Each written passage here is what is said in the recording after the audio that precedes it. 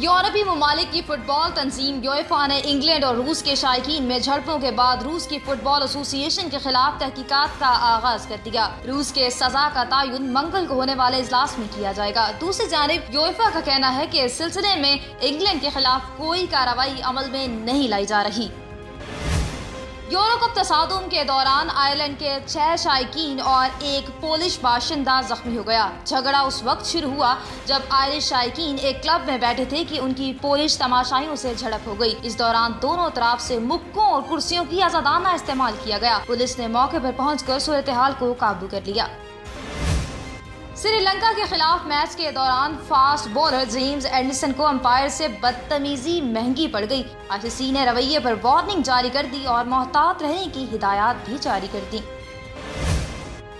World کار rally champion شپ کا دوسرا مرحلہ بیلجیم کے کار ریلی ڈرائیور تھیری نیوویل نے جیت لیا۔ اٹلی میں جاری چیمپئن شپ میں دلچسپ مقابلوں میں شائقین کی بڑی تعداد محظوظ ہوئی۔ دشوار گزار ٹریک پر ڈرائیورز نے مہارت کا مظاہرہ کیا۔